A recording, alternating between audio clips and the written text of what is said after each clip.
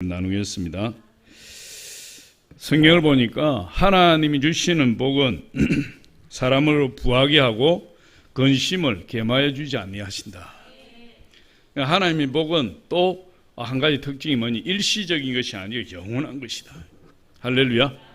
하나님의 복은 영원한 것이에요. 저와 여러분은 태어날 때부터 하나님의 복을 타고난 사람이에요. 얼마나 복된 자들입니까? 할렐루야. 그래서 이 다윗이 이 하나님의 성전을 건축하고 싶어 했을 때 하나님께서 그 다윗의 마음을 받으셨다 이랬어요. 다윗의 마음을 받으시고 다윗을 축복하시는데 다윗의 가문에서 영원한 왕이 나게 해주겠다. 다윗이 하나님의 성전을 지으려고 하지만 내가 다윗의 가문을 내가 세워주겠다. 이렇게 약속을 하셨어요. 사무엘하 7장 16절에 보니까 우리 같이 한번 읽어봅니다. 시작. 내 집과 내 나라가 내 앞에서 영원히 보존되고 내 왕위가 영원히 견고하리라 하셨다 하라. 하나님께서 이 다윗을 축복하시는데 영원한 왕족이 되게 해주실 뿐만 아니라 다윗을 어떤 복을 주신다고요? 영원한 복을 주신다는 거예요. 영원히 보존되고 또 내 왕위가 영원히 견고하게 하리라 하셨다 하라. 하나님 주시는 복은 일시적인 복이 아니에요. 영원한 복이다. 그 하나님 복을 저와 여러분 다 받으시기를 예수님 축복합니다. 다윗이 하나님이 우리 하나님께서 나에게 영원한 복을 주시겠구나 하는 것을 깨닫고 나서 하나님 성전을 지어 드리고 싶어서 그렇게 그 마음을 하나님께 올려드렸더니 하나님께서 오히려 다윗에게 내가 너의 집을 세워주고 내가 너를 영원히 복주겠다 이렇게 말씀하시고 다윗이 그 마음을 하나님 마음을 깨닫고 나서 하나님 앞에 기도했어요. 뭐라고 기도했겠습니까? 하나님 영원한 복을 종의 집에 주시옵소서. 하나님 약속하셨으니까 그런 기도를 하게 돼요. 사무엘하 7장 29절에 한번 보겠습니다. 시작. 이제 청하건대 종의 집에 복을 주사 주 앞에 영원히 있게 하옵소서. 주 여호와께서 말씀하셨사오니 종의 집 영원히 복을 받게 하옵소서 하니라. 하나님도 영원히 복을 주겠다. 영원히 축복하겠다. 그렇게 말씀하시고 그 하나님의 마음을 깨달은 다윗도 하나님 우리 집에 영원히 복을 주시옵소서. 하나님이 주시는 복은 일시적인 거 아니에요. 하나님 주시는 복은 영원한 축복이다. 할렐루야. 성도들을 세 종류로 나눌 수 있다 그래요. 세 종류, 세 부류의 성도를 나눌 수 있는 참새 성도, 박쥐 성도, 독수리 성도, 철새 성도. 철새 성도는 뭐냐? 철새, 박쥐, 독수리 이렇게 성도님들을 세 종류로 분류할 수 있다는 거예요. 믿음에 따라서. 철새 성도는 어떤 성도를 철새 성도라고 하느냐? 철 따라 날아다니는 성도. 철 따라. 그러니까 춥거나 덥거나 피곤하거나 바쁘거나 하면 교회를 안 나와요. 기분이 나쁘면 안 나와버려요. 자기 이 철새처럼 이리 갔다가 저리 갔다가 이로 날아갔다가 저렇게 날아갔다가 이러면서 자기 기분에 따라서 또 자기 상황에 따라서 교회로 안 나오고 자기 볼일 먼저 보고 이런 사람 철새 성도라는 거예요. 그 다음에 박쥐 성도가 있어요. 이 박쥐는 날개를 펴면 날개가 엄청나게 크잖아요. 그래서 아주 잘 날아요. 또 박쥐가 날개를 착 접어버리면 또 아주 잘 걸어 다녀요. 이게. 그래서 이 박쥐 성도라는 것은 이 날짐승이 유리하면 날짐승이 되었다가 또 덜짐승이 유리하면 덜짐승에 붙었다가 여기 붙었다가 저기 붙었다가 이런 성도들은 교회에서 자기 펜을 만들고 교회를 분열시키고 이런 게 아주 전문가라는 거예요. 이 박쥐 성도는.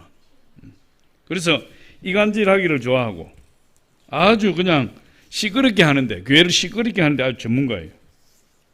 그런데 이제 독수리 성도는 어떤 성도를 이야기하느냐? 이 독수리는 비바람이 불고 눈보라가 쳐도 환경의 지배를 받지 않는다.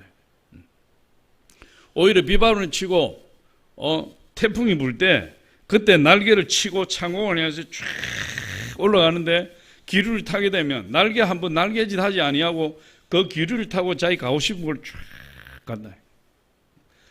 환경에 전혀 영향을 받지 않는 그 새 중의 새, 왕 중의 왕, 이게 독수리예요. 독수리가 날개를 쫙 펴고 기류를 타고 창공을 올라가면 모든 새들이 막 부러워서 입을 쫙 벌리고 독수리 쳐다보고 너무너무 부러웠어. 우리는 이 독수리 같은 성도가 되어야 돼요. 철새 같은 성도가 아니고 박쥐 같은 성도가 아니고 독수리 같은 성도가 되어서 비가 오나 눈이 오나 뭐 코로나가 일어나나 어떤 전염병이 생기나 전쟁이 일어나나 지진이 나나 관계없이 우리 하나님을 섬기는데 조금도 물러서지 아니하고 오직 우리 주님만 바라보고 쭉 나갈 수 있는 그런 성도들. 그 독수리 같은 성도예요. 또 이 독수리 같은 성도의 특징이 뭐냐? 하나님 리더십을 주시고 하나님 능력을 부어주세요. 그래서 뭐 성도를 100명이든 200명이든 1000명이든 2000명이든 딱 붙여주시면 그들을 말씀으로 양육하고 그들을 영역으로 이끌어서 그 철새 같은 성도, 박쥐 같은 성도를 자기처럼 독수리 같은 성도를 쫙 만들어내는 거예요. 그러니까 이 독수리 같은 성도는 참 대단한 영권을 가지고 있고 물권과 인권을 다 가지고 있는 거예요. 독수리 같은 성도. 우리가 하나님을 바라보고 환경이 좌우되지 아니하고 비가 오나 눈이 오나 뭐 태풍이 부나 그냥 주님 쫙 붙들어 가는 거예요. 거기에 하나님 능력이 있다 이 말이에요. 그래서 그런 성도를 우리가 뭐라고 이제 황홀한 평신도 지도자라는 거예요. 하나님이 붙여주시는 성도들마다 다 독수리 성도로 만들어내는 거예요. 오늘 아브라함이 주신 복이 여러분의 복이 되시기를 예수님을 축원합니다. 하나님께서 아브라함에게 이 주신 복이 몇 가지가 있는데 첫 번째로 보면 하나님은 아브라함의 충성을 통하여 복을 주셨다. 아브라함 충성. 하나님께서 우리를 부르신 것은 충성을 다하여 하나님 섬기라고 부르셨다 그랬어요. 하나님께서 우리를 충성되이 여기 직분을 맡기시미니 맡은 자에게 구할 것은 충성이라. 그렇게 이야기를 하고 있어요. 하나님 우리를 불러주셔서 직분을 맡겨주시고 귀한 자리에 앉혀주신 것은 하나님 앞에 충성하라고. 그 직분을 충성하게 하셨다. 이렇게 말씀하고 있어요. 그래서 충성하면 하나님께서 모든 것을 다 채워주시는 거죠. 충성하게 되면 모든 필요를 다 채워주신다. 건강도 주시고 충성하면 여러분 건강 주세요. 하나님께서. 충성하면 물질도 주세요. 하나님 앞에 충성해야 되는데 물질 안 주시겠습니까? 건강도 주시고 물질도 주시고 자녀도 축복해 주시고 또 하나님 사역 감당할 수 있는 영성도 주시고 모든 면에 있어서 부족함이 없이 채워주시는. 그래서 다윗은 시편에 뭐라고 고백합니까? 여호와는 나의 목자시니 내게 부족함이 없으리로다. 뭐가 부족한 것이 있겠습니까? 하나님 다 주시는 거예요. 충성하면. 주님만 바라보고 주님 붙들고 나가면 하나님 다 채워주신다. 그런데 충성에는 두 가지가 있어요. 상급이 없는 충성이 있고 상급이 있는 충성이 있어요. 그럼 상급이 없는 충성은 어떤 거냐? 열심히 교회 다니고 헌금도 하고 전도도 하고 봉사도 하고 열심히 섬겼는데 상이 없어요.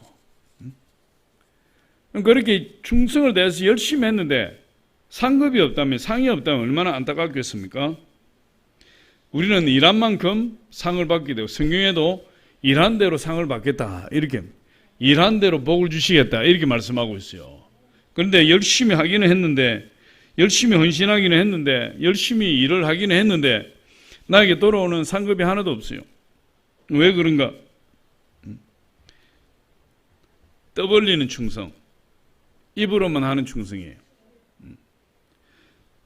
조금 충성하고 나서 막 그걸 떠벌리는 거죠.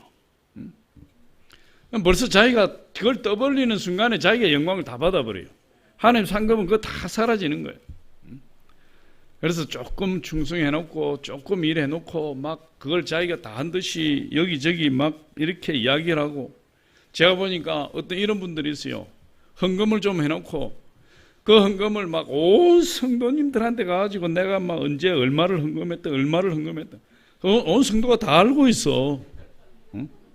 다 알고 있어. 세상에. 왜 이야기하는지 모르겠어요. 그럼 조금 해놓고 막 이렇게 했고 저기 했고 막 벌써 자기의 상급을 다 받아버린 거. 그 이야기하는 순간에. 그래서 이 자기를 자꾸 자랑하고 내세우면 이미 하늘의 상급은 없어지는 거예요. 그래서 막 자랑하는 충성. 그게 상급이 없어요. 자랑하는 충성. 그래서 우리는 하나님 앞에 충성하더라도 어떻게 해야 되죠? 그냥 내가 당연히 내 할 일을 한 것처럼, 내가 당연히 해야 되는 일. 내가 아침에 일어나면 하루에 새끼밥을 당연히 먹듯이 우리 하나님 앞에 당연히 해야 될 일을 한 것뿐이요. 하인이 하루 종일 밖에 나와서 논밭에 가서 일하고 저녁에 와가지고 주인 발 씻어 물 내주고 밥상 차려서 주인한테 다 갖다 주면 주인이 수고했다, 같이 앉아서 먹자, 이렇게 이야기 안 한다는 거예요. 주인이 밥을 다 먹을 때까지 서서 기다리고 있다가 주인이 다 먹고 나면 상 치우고 설거지하고 그때야 비로소 자기 할 일, 자기 쉼을 가지고 나간다는 거예요. 그렇게 한다고 해서 내세울 게 뭐가 있느냐?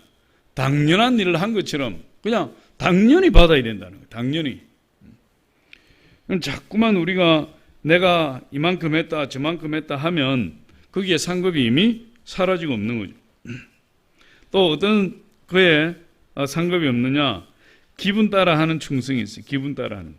기분 좋으면 충성하고 기분이 나쁘면 충성하지 않고. 그러니까 내 기분에 따라서 내 감정에 따라서 요동치는 그런 사람은 하나님의 상급을 받기 힘들어요. 내가 기분이 나빠도 컨디션이 안 좋아도 사도 바울은 사명을 맡았기 때문에 전도해야 된다 했어요. 내가 기분이 좋아서 오늘 전도하고 싶구나 해서 전도하는 것이 아니에요. 오늘 기도하고 싶구나 해서 기도하는 것이 아니고 하나님이 나에게 사명을 주셨으니까 내가 밥 먹듯이 전도하는 거예요. 밥 먹듯이 기도하는 거예요. 거기에 상급이 있는 것이지 내가 오늘은 막 기도가 잘 될 것 같아, 불같이 일어날 것 같아, 오늘은 막 전도를 하고 싶어, 막 날씨도 좋고 기분도 업되고 그래서 하고 그런 것이 아니라는 거예요. 또 남이 보면 충성하고 안 보면 충성 안 하고 그런 것도 상급이 없고, 또 많이 한 척하는 게 척. 많이 한 척, 잘난 척, 가진 척, 배운 척, 충성하는 척, 주님을 사랑하는 척이 있어요. 요 상급이 없다. 이 영적인 큰 병이에요. 척하는 게. 그래서 우리 성도님들이 이렇게 이제 케어를 하고 섬기다 보면 그 성도님, 우리 저 A라는 성도님 이것만 고치면 정말 하나님 충성된 종이 될 수 있겠다, 이런 생각이 들어요. 저 B라는 성도는 이것만 조금 절제하면 정말 훌륭한 성도님이 될 수 있겠다, 그런 생각이 들어요. 그래서 그런 이야기를 하죠. 주의 종이니까 해야죠. 그런데 그렇게 이야기를 하면은 뭘 하나라도 이렇게 지적보다도 가르쳐주고 그걸 고쳐주려고 하면 이 돌아오는 대답이, 목사님 저도 알고 있어요. 목사님 저도 알고 있어요. 저도 그렇게 하고 있어요. 그럼 뭐 할 말이 없어요. 주의 종은 이렇게 보고 그 부족한 부분이나 넘치는 부분들을 잘 적절하게 조절해서 이렇게 훌륭하게 아름답게 믿음이 성장하고 하나님의 쓰임받는 그런 귀한 일꾼으로 만들려고 그렇게 이야기를 하면 자기가 설사 그런 부분이 조금 못마땅할지라도 아멘하고 받아들이고 자기 삶의 변화를 추구해야 하나님 축복받는 성도가 되잖아요. 그런데 그런 이야기를 하면은, 목사님 저도 알고 있어요, 제가 더 잘 알아요, 그렇게 이야기하고, 저도 알고 있어요, 걱정하지 마세요, 이렇게 물론 긍정적으로 말을 하는 사람도 있겠지만 부정적으로 이야기하는 사람도 있다. 그런 데는 참 안타까운 거죠. 척하면 안 돼. 왜냐면 모르는 대로, 내가 부족한 대로, 목사님 제가 이게 부족한데요, 목사님 제가 이 부분은 제 혼자서 잘 처리하지 못하는 부분인데요, 그러면은 동력자도 붙여주시고 또 할 수 있게끔 해주시고 얼마나 좋습니까? 상이 있는 충성이 있어요. 또 상급이 있는 충성 세 가지입니다. 죽도록 하는 충성이에요. 첫 번째로 죽도록. 요한계시록 2장 10절에 보면 이렇게 합니다. 같이 한번 읽어보겠습니다. 시작. 내가 죽도록 충성하라. 그래야하면 내가 생명의 관을 내게 주리라. 죽도록 충성하면 하나님이 생명의 멸류관 상급을 주신다. 죽도록. 충성은 어떻게 합니까? 내가 시간이 남을 때 하는 것이 아니고, 내가 하고 싶을 때 하는 것이 아니고, 내가 마음이 동할 때 하는 것이 아니고, 내 감정이 좋을 때 하는 것이 아니고, 언제나 최선을 다해서 열심으로 하는 것이 충성이에요. 여기서는 지금 죽도록 충성하라고 해요. 죽도록. 그 다음에 두 번째, 작은 일에 충성하는 자를 하나님이 상을 주신다. 작은 일. 마태복음 25장 23절 같이 한번 읽어봅니다. 시작. 그 주인이 이르되 잘하였도다 착하고 충성된 종아, 내가 적은 일에 충성하였으면 내가 많은 것을 내게 맡기리니 내 주인의 즐거움에 참여할지어다 하고, 내가 적은 일에 충성하였다. 적은 일에. 그럼 적은 일에 충성이 돼야 큰 일에도 충성이 되는 겁니다. 적은 일에 불의하면 큰 일에도 불의해요. 적은 일에 충성이 안 되면 하나님 앞에 큰 일을 쓰임받기 힘들어요. 적은 일에 충성해야 하나님이 뭘 맡기죠? 큰 일을 맡긴다는. 순서가 그래요. 일단 적은 일에 충성해야 돼요. 그래서 내가 적은 일에 충성하였으면 내가 많은 것을 내게 맡기리니, 이렇게 말씀합니다. 세 번째는 은밀하게 하는 충성을 하나님 축복하신다. 상급을 주신다. 마태복음 6장 3절로 4절 우리 같이 한번 읽어봅니다. 시작. 너는 구제할 때에 오른손이 하는 것을 왼손이 모르게 하여 내 구제함을 은밀하게 하라. 은밀하게 보시는 너희 아버지께서 갚으시리라. 오른손이 하는 것을 왼손이 모르게 은밀하게 하라. 은밀한 중에 보시는 너희 아버지께서 갚으시리라. 은밀하게. 막 이렇게 자랑하고 다니면 안 돼요. 특별히 하나님 일은 막 자랑할 게 아니에요. 남이 안 알아줘도 하나님이 알아주시면 되지. 남이 전혀 안 알아줘도 내가 뭐 이렇게 열심히 교회를 섬기고 충성하는 것을 우리 성도들이 아무도 모른다 할지라도 우리 하나님 알아주시면 되지. 주의 종들은 설교에 은혜 받았습니다, 이 말을 듣고 싶어 한다. 오늘 설교에 은혜 받았습니다. 그러면 주의 종이 입이 귀에 걸려요. 근데 그런 칭찬도 받으면 상급이 다 사라지는 거야. 내 마음이 막 기뻐서. 우리 성도님들은 참 감사해. 설교에 은혜 받았습니다 하는 분이 거의 없어요. 제가 막 교육을 하도 시켜서 그런가. 이 세 가지, 죽도록 충성하는 거, 적은 일에 충성하는 거, 은밀한 중에 충성하는 거, 거기에 하나님의 상급이 풍성한 거예요. 우리가 주의 몸된 교회를 섬길 때 항상 그렇게 해야 돼요. 내가 무슨 일을 맡든 하나님 우리를 충성되이 여겨 사명을 주셨다. 충성되이 여겨.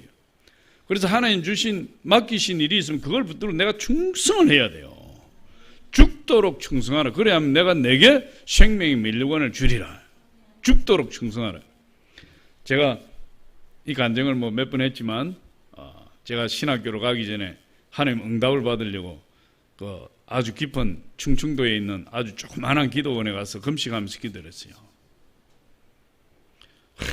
얼마나 마귀가 방해를 하는지, 막 금식 기도만 하면 막 골이 빠개지는, 머리가 빠개지는, 방송이 나가니까 막 골이 이러니 머리가 막 빠개지는 거예요.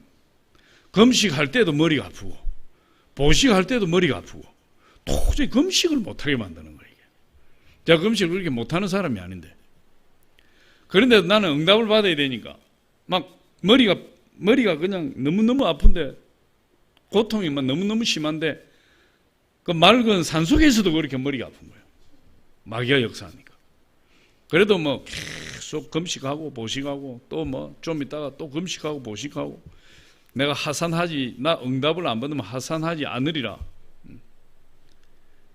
그렇게 정말 막 실험을 하고 몇 개월이 지나갔는데 하나님 다 응답해 주신 거예요.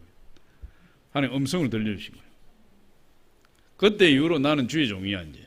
그때 이후로 나는 어디를 가든 내가 굶어 죽어도 할 일이 없어도 아무 갈 데가 없어도 나는 주의 종이라는 그 정체성이 나한테 딱 박혔어요.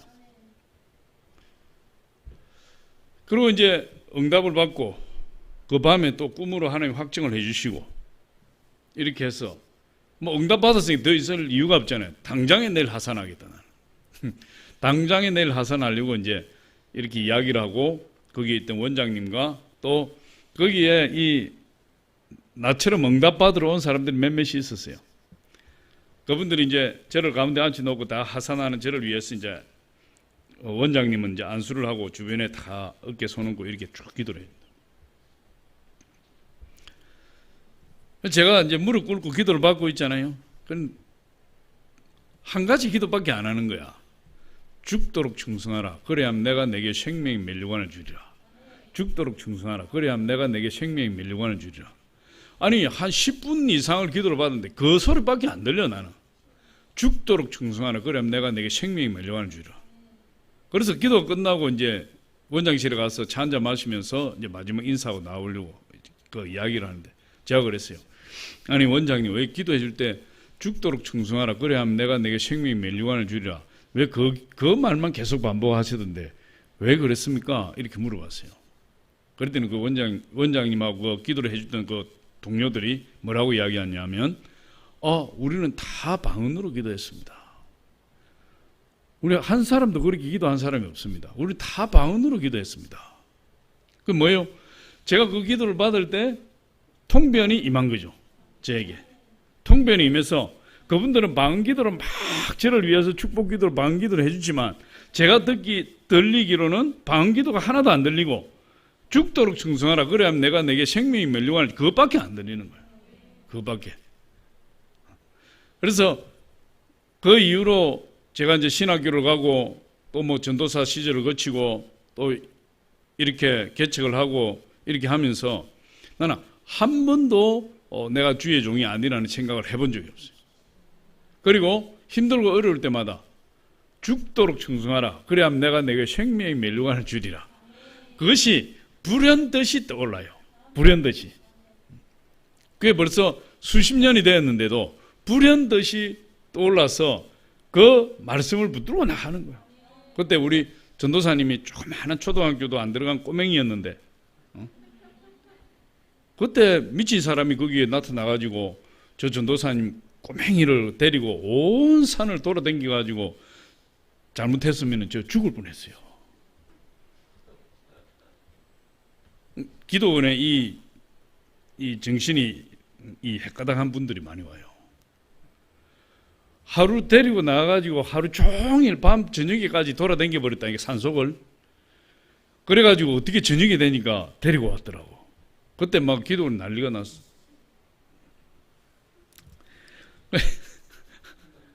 어쩌다가 거기까지. 뭐 죽도록 충성하고 적은 일에 충성하고 엄밀하게 충성하고 그건 다 하나님 상급을 주시네. 할렐루야. 그래서 그것이 바로 상급 있는 충성이에요. 우리가 열심히 하나님을 섬기고 노력했으면 당연히 상급을 주시는 거죠. 일한 대로 받으리라고 말씀하셨잖아요. 우리가 열심히 심었으면, 열심히 씨를 뿌렸으면 반드시 기쁨으로 단을 거두게 되는 거죠. 시편 126편 5절로 6절에도 보니까 눈물을 흘리며 씨를 뿌리는 자는 기쁨으로 거두리로다. 울며 씨를 뿌리는 나가는 자는 반드시 기쁨으로 그 곡식단을 가지고 돌아오리로다. 심으면 반드시 거두게 되어 있는 것입니다. 그래서 우리는 어떻게 하나님을 섬겨야 되죠? 어떻게 충성해야 되죠? 진심으로 충성해야 돼요. 진실하게 충성해야 되고, 그리고 헌신적으로 충성해야 되고, 그리고 사명감으로 충성해야 돼요. 그렇게 할 때 하나님께서 그 충성을 기쁘게 받으시고 우리가 수고한 대로 먹을 것 주시고 또 하나님 복을 주시고 모든 일에 형통하게 해줄 것이다. 이렇게 약속하신 거예요. 시편 128편 1절로 2절에 그렇게 말씀하시죠. 한번 읽어봅니다. 시작. 여호와를 경외하며 그의 길을 걷는 자마다 복이 있도다. 내가 내 손이 수고한 대로 먹을 것이라 내가 복되고 형통하리로다. 이게 바로 상급 있는 충성이에요. 어떤 목사님께서 하나님께 기도했어요. 교회에 충성된 성도가 있는데, 아주 열심히 성도가 있는데 도대체 그 하나님 복과는 거리가 먼 생활을 하고 있어요.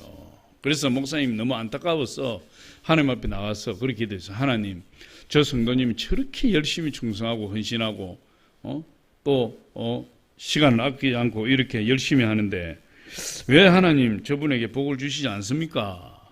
이렇게 기도를 했어요.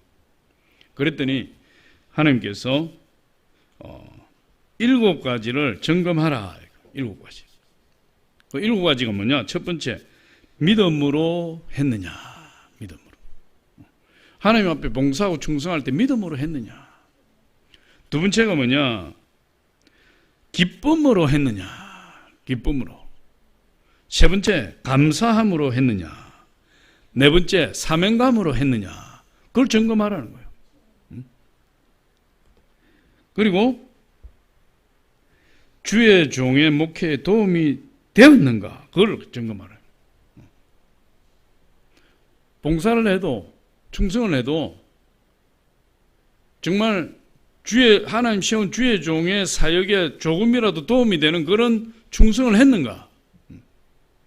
그 다음에 자신의 영광을 가로채지 않고 하나님께 영광을 돌렸는가? 그것을 점검하라는 거예요. 한 가지는 모르겠어요. 그러니까 믿음으로 충성했나? 기쁨으로 했는가? 감사함으로 했는가? 사명감으로 했는가? 주의 종의 목회에 도움이 되었는가? 자신이 영광을 가로채지 않았는가? 그걸 점검해야 된다. 결국은 그 기도했던 그 성도님은 이 6가지에 걸려버렸다. 6가지. 그래서 그렇게 열심히 했는데도 불구하고 하나님의 응답을 받지 못한, 상급을 받지 못하는 그런 상태였다. 이렇게 이야기합니다. 그래서 이 7가지, 6가지인데 이거를 심으면 심은 만큼 거둘 날이 반드시 온다는 거예요. 또 어떤 분들은 이래요. 오늘 심고 내일 거두려고 해요. 오늘 당장에 심어놓고 왜 하나님이 거두지 않게 하시냐고 이러는 분들이 있어요. 그럼 봄에 씨를 뿌리면 가을에 거두잖아요. 그럼 그 계절이 바뀌는 시간이 필요한 거예요. 우리가 아이를 잉태하면 10개월을 기다려야 되잖아요. 그 10개월이라는 기간이 필요한 거예요. 하나님의 상급, 하나님의 축복이 임하려고 하면 기다리는 시간이 필요해요. 인내하는 시간이 필요해요. 근데 그 인내하는 시간이 없이 바로 하나님 왜 복을 주지 않습니까? 그런 분들이 있다는 거예요. 저도 그런 분들을 많이 경험을 했고. 근데 그건 믿음이 잘못된 거예요. 믿음이. 성경에 보면 수없이 인내하라는 말씀을 주시고 잉태하는 기간이 있고 죄도 잉태해야 죄가 나오는 거예요. 죄도 마음에 품고 잉태해야 그 잉태한 죄가 나오게 되잖아요. 그 기간이 필요한 거예요. 그러니까 우리가 그냥 죄를 짓게 되는 것이 그냥 짓게 되는 것이 아니라 그 전에 이미 우리 마음속에 잉태되어 있다. 잉태되는 시간이 있었기 때문에 그 죄가 나오는 거예요. 하나님의 법칙이 그런 거예요. 하나님의 법칙이. 반드시 우리 잉태를 했으면 10개월이라는 기간이 필요하듯이 우리가 하나님께 심었으면 그 열매를 맺는 데까지 시간이 필요한 거예요. 그걸 기다려야 돼요. 제가 이렇게 목회를 하다 보니까 특별히 이제 그 물질 문제. 근데 이 물질 문제가 해결이 안 되면 하나님 믿기가 힘들어요. 이 물질 문제가 해결 안 돼요. 근데 우리 개척을 하고 나서 많은 성도님들이 왔다 갔지만 대부분은 아니지만 그 중에 많은 수가 11조 문제가 안 되니까 떠나는 거예요. 11조 문제. 그래서 자기는 믿음이 좋다고 와가지고 이야기하다가 어디에서 딱 다 드러나는 거죠. 11조에서 다 드러나는 거예요. 그러니까 대형 교회 가면, 큰 교회를 가면 그런 부분들이 드러나지 않아요. 누구 한 사람 태클을 거는 사람도 없고, 그러나 우리처럼 조그만 교회 오면 그게 다 드러나게 돼요. 이 신앙생활을 하기 힘들다.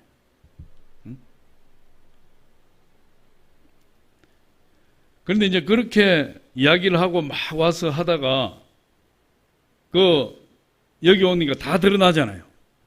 와, 이게 뭐 숨길 수가 없잖아요. 그러면 이제 어쩔 수 없어서 11조도 하고 감사함금도 하고요. 근데 그게 얼마나 가겠습니까? 얼마 못 가요. 버티지 못해요. 온전한 회심이 임해서 하나님께 드리는 기쁨으로 드리지 못하면 그게 드릴 수가 없는 거죠. 저는 항상 우리 성도님들에게 이런 이야기를, 저는 11조를 드린다든지 하나님 앞에 물질을 드릴 때 그 막 가슴이 두근거릴 정도로 기쁨이 있었거든요. 그런 이야기하면, 아이, 목사님이니까 뭐 사모님이니까 당연히 뭐 그렇게 이야기하는, 그럼 당연한 것은 아니에요. 당연한 것은. 저는 그런 부분에 훈련을 받다 보니까 거기까지 됐어요. 그렇게 되고 나니까 물질에 대해서 걱정하지 않는다. 하나님 채워줘요. 우리 사모 호주머니에는 돈이 말라도 제 호주머니에는 돈이 마르질 않아요. 제가 신학교 다닐 때도 하나님이 좌우지간 이 사람 저 사람 이쪽 저쪽 해가지고 제 지갑이 빵빵했어요. 제가 하고 싶은 거 다 하고 제가 배우고 싶은 거 다 배우고.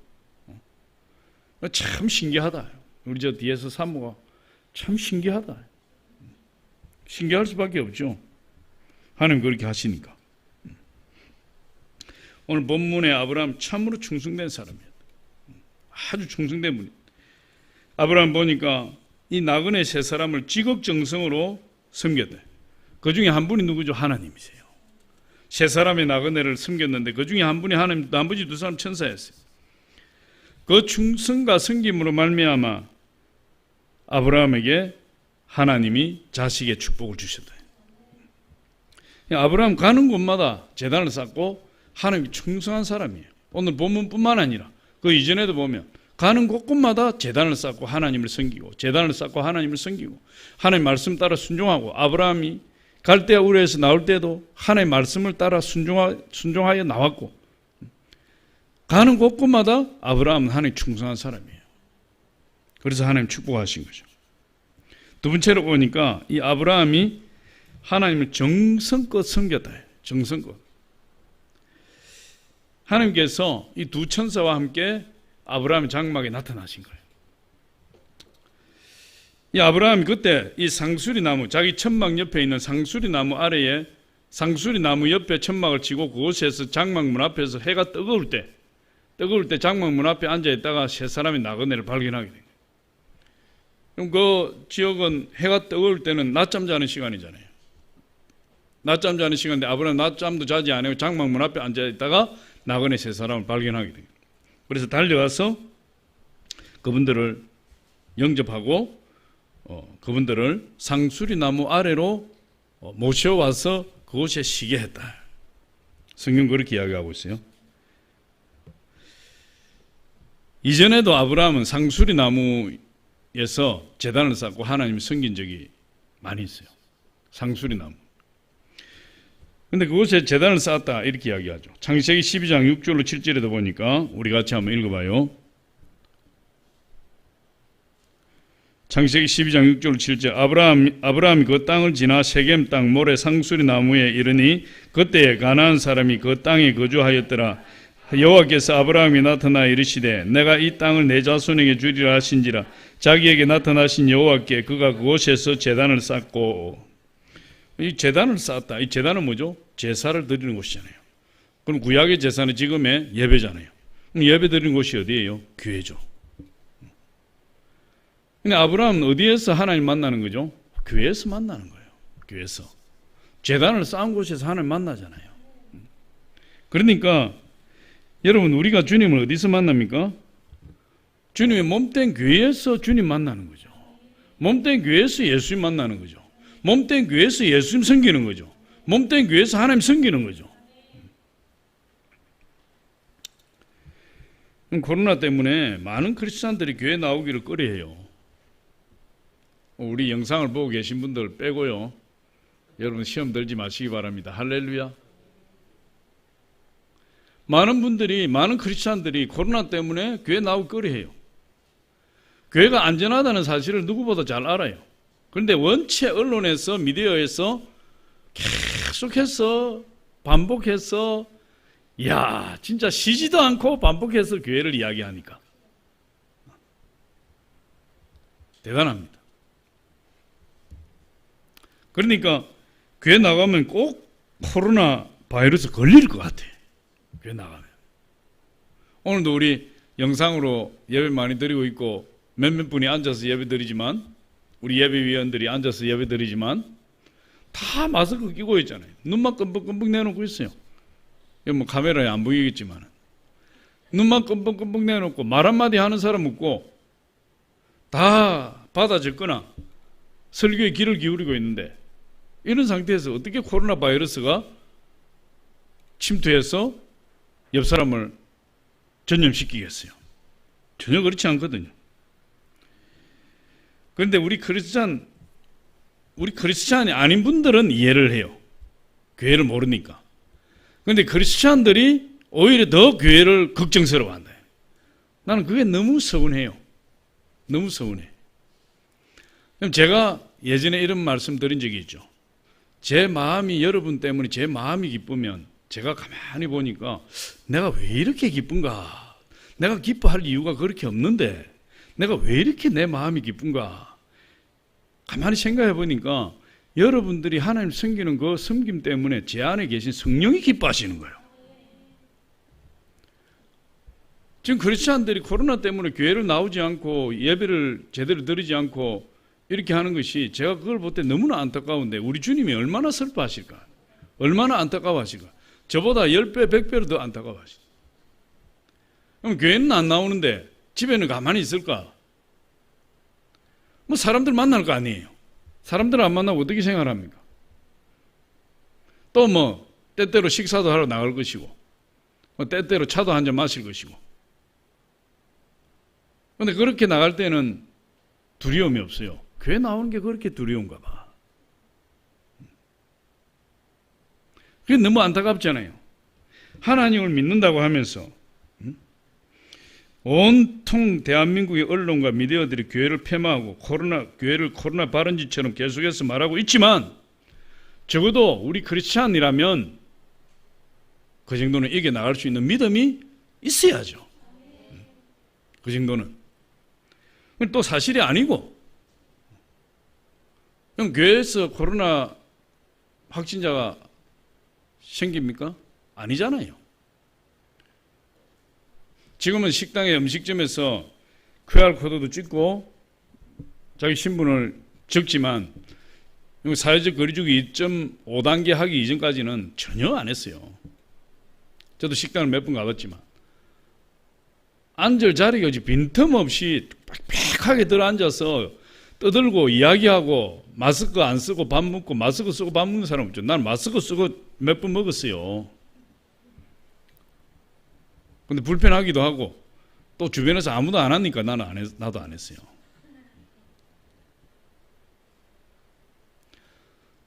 그런데 일반 음식점에서 그 신분을 기록하지 않으니까 거기서 확진자가 나왔는지 추적할 수가 없잖아요.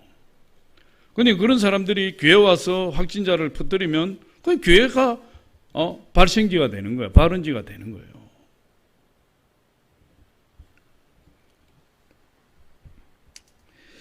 그러니까 우리 참 이 크리스찬들이 너무 안타까운 거예요.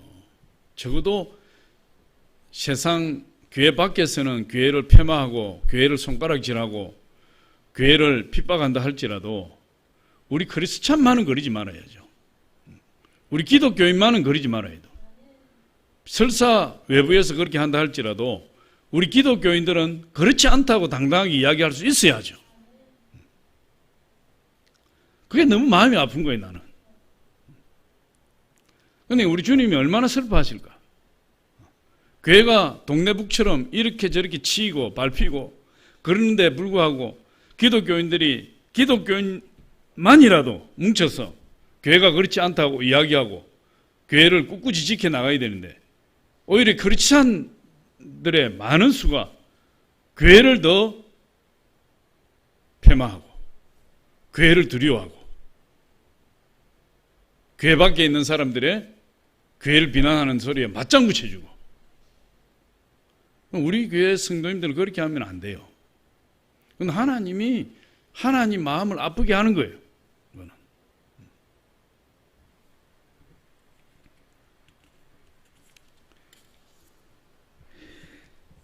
아브라함이 하나님 몸된 교회에서 하나님 만나는 거예요. 제단에서 하나님 만나는 거죠. 아브라함 가는 곳마다 제단을 쌓고 그곳에서 하나님을 예배했다. 아브라함이 어쩌다 복을 받은 것이 아니에요. 어쩌다. 그가 갈대아 우르에서 나온 이후로 그의 삶은 온전히 하나님께 예배하는 삶이에요. 그러니까 아브라함이 복을 받는 거예요. 어쩌다 FC가 아니고 어쩌다 복을 받은 것이 아니고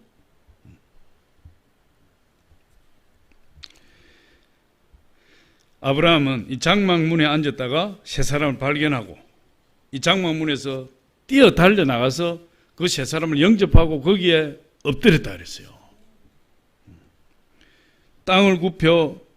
몸을 땅에 굽혀 영접했다. 그리고 상수리 나무 아래 시원한 곳에 모시고 부인에게 빨리 가루를 가지고 떡을 만들으라고 부탁하고 송아지 중에서 아주 좋은 송아지를 잡아서 하인에게 주면서 종에게 주면서 맛있게 요리해서 맛있는 부분을 가져오라고 이야기를 하고 그리고 아브라함이 버터와 치즈 아주 퀄리티가 높은 버터와 치즈를 가지고 그분들을 대접을 했어요. 근데 아브라함이 주님을 영접하는 이 자세가 열정적이고 온전한 기쁨과 자원하는 마음으로 했다는 거예요. 우리가 하나님을 섬길 때 이렇게 섬겨야 되는 거예요. 거기에 순수한 믿음이 들어가는 거죠. 우리가 하나님 섬길 때 어떻게 섬긴다고요? 열정적으로 섬겨야 돼요. 열정적으로. 온전한 기쁨으로 섬겨야 돼요. 그리고 어떻게 섬깁니까? 자원하는 마음으로. 아브라함 그렇게 섬긴 거예요. 그렇게 영접해서 섬긴 거예요. 우리 교회에서 주님을 섬기고 충성할 때 아브라함처럼 해야 되는 거예요. 성경에 보니까 그렇게 하라고 이야기하고 있어요. 그렇게 하라고. 온 마음을 다하고 뜻을 다하고 정성을 다하여 주 너희 하나님을 사랑하라. 신명기 6장 5절 우리 같이 한번 읽어봅니다. 시작. 마음을 다하고 뜻을 다하고 힘을 다하여 내 하나님 여호와를 사랑하라. 그렇게 이야기를 하고 있어요. 그리고 이 아브라함이 하나님을 섬길 때 또 한 가지 특징은 아낌없이 섬겼다는 거예요. 인색하지 않았다는 거예요. 나그네 세 사람이 하나님인지 몰랐어요. 근데 그들을 영접했을 때 어떻게 했습니까? 정말 집에 있는 가장 좋은 것으로 가장 귀한 것으로 최고의 것으로 섬겼다는 거예요. 송아지도 가장 좋은 놈을 직접 골라서 종에게 주었고 자기 부인에게도 가루 세스알을 가지고 떡을 만들어서 가져오라고 했고 버터와 치즈라는 것은 이 우유가 엉킬 때 버터와 치즈가 나오는 거예요. 그건 아주 귀한 음식이에요. 그걸 아낌없이 섬겼다. 아낌없이. 그러니까 가장 귀한 것으로 섬겼죠. 가장 좋은 것으로 섬겼죠. 최고의 것으로 섬겼다. 우리 하나님을 섬길 때 이런 마음으로 섬겨야 돼요. 아브라함 그렇게 섬긴 거예요. 우리가 주님을 정성껏 섬길 때 주님께서 마음껏 우리를 축복하시는 거예요. 하나님께 인색하면 안 돼요. 인색하면. 내 헌신도 인색하면 안 되고 내 하나님 드리는 것도 인색하면 안 되고 하나님 축복하실 때 이렇게 축복하셔요. 잠언서 22장 4절에 우리 같이 한번 읽어보면 시작. 겸손과 여호와를 경외함의 보상은 재물과 영광과 생명이니라. 하나님 이렇게 보상합니다. 마지막 세 번째로 하나님께서 그 아브라함 충성과 헌신을 보시고 하나님이 아브라함의 자식 문제를 해결해 주셨다. 자식 문제는 사람이 노력으로 안 되잖아요. 더군다나 아브라함이 이때 나이 99세고 사라의 나이가 89세인데 더 이상 여자로서 구실할 수 없고 남자로서 구실할 수 없는데 생물학적으로는 아이를 낳을 수가 없죠. 도저히. 사람이 안 되는 거죠. 인간의 노력으로 안 되는 문제가 있어요. 아무리 애를 써도 안 되는 것이 있어요. 우리에게 불가능은 없다 이야기하지만 안 되는 문제들이 있잖아요. 근데 우리 하나님은 다 하신다. 사람으로 할 수 없으되 우리 하나님 다 하실 수 있느니라. 성경이 그렇게 이야기하죠. 낙타가 바늘기로 들어갈 수 없다. 낙타가. 부자가 천국 들어가는 것이 낙타가 바늘기로 들어가는 것보다 더 힘들다. 주여, 그럼 누가 천국에 들어갈 수 있겠습니까? 사람으로서는 할 수 없으되 우리 하나님은 다 하실 수 있느니라. 하나님 못할 것이 없어요. 다 하실 수 있어요. 아브라함은 지금까지 하나님에게 충성을 다하고 믿음으로 행했어요. 아브라함이 자식 문제는 할 수 없는 거예요. 그런데 하나님이 해결해 주셨다. 하나님. 99세에 100세에 하나님 자식을 주셨다. 이렇게 말씀하고 있어요. 여러분 도저히 해결할 수 없는 문제에 부딪힐 때가 있어요. 저와 여러분도. 인간적으로는 도저히 방법이 없는 문제들이 있어요. 누가 해결합니까? 하나님 해결하신다는 거예요. 하나님을 바라보고 우리가 하나님만 섬기면 돼요. 충성을 다해서 섬기면 돼요. 히스기야 왕의 이야기를 우리 잘 알잖아요. 감동적이죠. 이사야 선지자가 어느 날 히스기야 왕에게 당신은 죽고 살지 못합니다.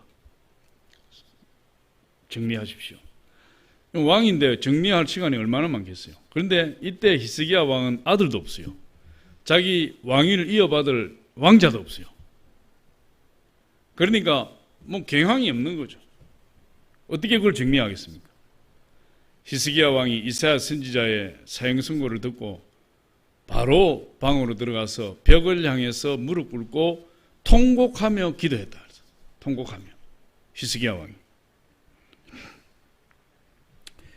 열왕기하 20장 1절에 보니까 우리 같이 한번 읽어봐요. 시작. 그때에 히스기야가 병들어 죽게 되매 아모스의 아들 선지자 이사야가 그에게 나와서 그에게 이르되 여호와의 말씀이 너는 집을 정리하라. 내가 죽고 살지 못하리라 하셨나이다. 그러니까 사형선고를 받은 하나님이 사형선고를 내린 건데 어떻게 돌이킬 수가 있겠습니까?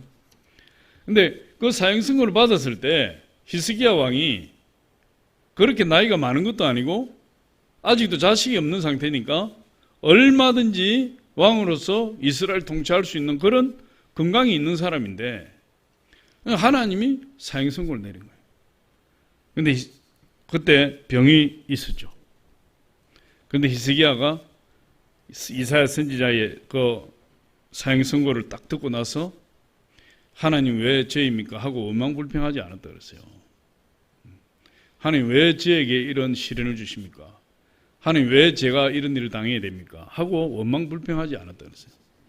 원망불평하지 않고 바로 무릎을 꿇고 벽을 향하여 얼굴을 돌리고 전심으로 기도했는데 통곡하면서 기도했다. 통곡하면서. 그러니 그가 뭐라고 기도했습니까? 하나님, 제가 이렇게 병 때문에 죽게 되었는데 하나님, 제가 하나님을 선하게 섬긴 것을 기억해 주시옵소서. 제가 하나님을 섬겼던 그것을 하나님 기억해 주세요. 그렇게 기도하는 거예요. 열왕기하 20장 2절로 3절 우리 같이 한번 시작. 히스기야가 낯을 벽으로 향하고 여호와께 기도하여 이르되 여호와여 구하오니 내가 진실과 전심으로 주 앞에 행하며 주께서 보시기에 성하게 행한 것을 기억하옵소서 하고 히스기야가 심히 통곡하더라. 심히 통곡하면서 막 울면서 하나님 앞에 기도한 내용이 뭡니까?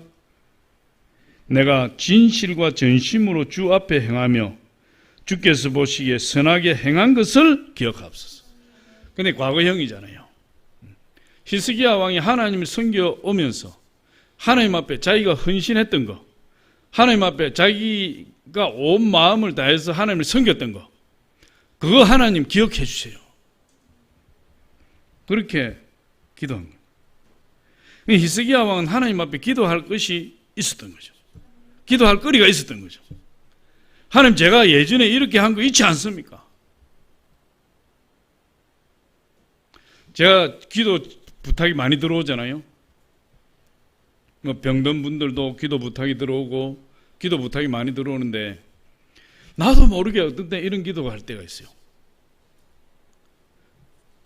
하나님, 저분의 어머니의 기도가 많이 쌓였지 않습니까? 그 어머니의 기도를 생각해서라도 저분을 좀 살려주십시오. 그런 기도가 나도 모르게 할 때예요. 그런 기도를. 그러니까 그 어머니가 하나님 앞에 행했던 그것을, 그 공로를 가지고 기도하는 거예요, 이게. 근데 히스기야 왕은 자기 부모님이나 뭐 그런 사람들의 공로가 아니고 자기가 하나님을 섬길 때 헌신했던, 하나님을 섬길 때 전심으로 행했던 그것을 가지고 하나님 앞에 기도하는 거예요. 그런데 놀랍게도 하나님이 히스기야 왕이 그 기도를 들어주셨다는 거예요. 놀랍게도. 아니, 여러분, 우리에게 이런 게 하나 있어야 돼요. 이런 게 하나 있어야 돼요. 하나님 저한테 만약에 물으신다면, 하나님, 제가 힘들고 어려워도 하나님이 저를 주의 종으로 부르셨기 때문에 제가 한눈 팔지 않고 지금까지 달려오지 않았습니까? 하나님, 제가 부족하지만 그것 좀 생각해 주세요. 나 이렇게 이야기할 거예요. 유혹이 많았거든요. 핍박도 많았거든. 그런데 나는 하나님의 응답을 받고 나니까 아무리 주변에서 나를 압박하고 아무리 주변에서 나를 유혹해도 그것이 전혀 눈에 들어오지 않아. 나는 오직 주의 종이에요. 나는 굶어 죽어도 주의 종이에요. 나는 아무 할 일이 없어도 주의 종이에요. 나는 그거 붙들고 살아왔으니까.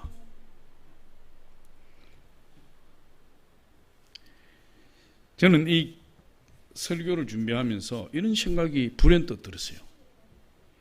우리 성도님들은 하나님 앞에 내세우고 기도할 거리가 있을까? 우리 성도님들이 정말 이 히스기야 왕처럼 결정적인 순간이 다가왔을 때 하나님 앞에 내놓고, 하나님, 제가 예전에 이렇게 한 거 있지 않습니까? 하나님, 그거 생각해 주세요. 그거 기억해 주세요. 할 만한 그런 거리가 있을까? 우리 성도님들 가운데. 물론 있는 분들도 있을 것이고 없는 분들도 있을 것이에요. 그건 제가 알 수가 없죠. 그런데 제가 이걸 준비하면서 이런 생각이 들었어요. 우리가 교회 건축을 하는데 이 교회 건축을 통해서 히스기야 왕처럼 하나님 앞에 기도할 거리를 만들었으면 좋겠다. 정말 하나님, 제가 그때 제 전심을 다해서 제 힘에 넘치도록 하나님 위해서 제가 헌신하지 않았습니까? 하나님 기억해 주세요.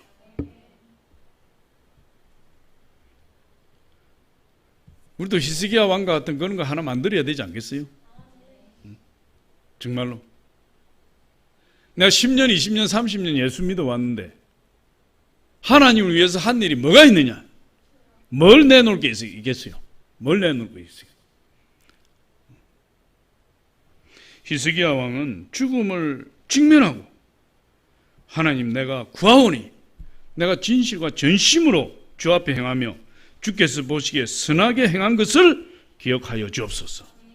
하나님이 응답하시대.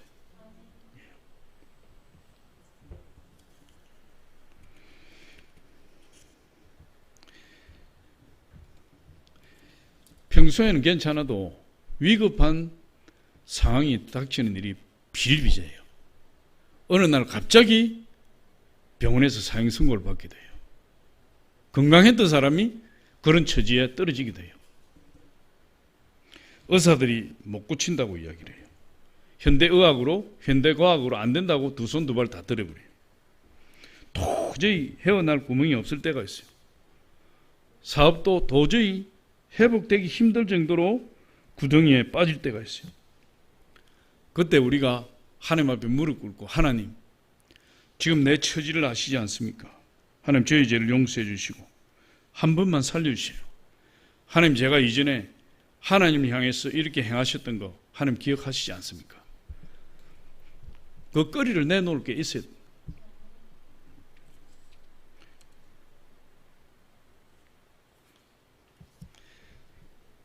우리는 항상 하나님께서 기억할 만한 그런 충성을 행해야 돼요. 저와 여러분 충성심이 있어요. 하나님에 대한 충성심. 그렇게 할 때 사람의 힘으로 감당하지 못할 일들을 하나님이 행하시는 거예요. 그게 믿음의 사람의 특권이에요. 그게 믿음의 사람들에게 나타나는 기적이에요. 아브라함은 그런 기적을 체험한 사람이에요. 저와 여러분도 기념비가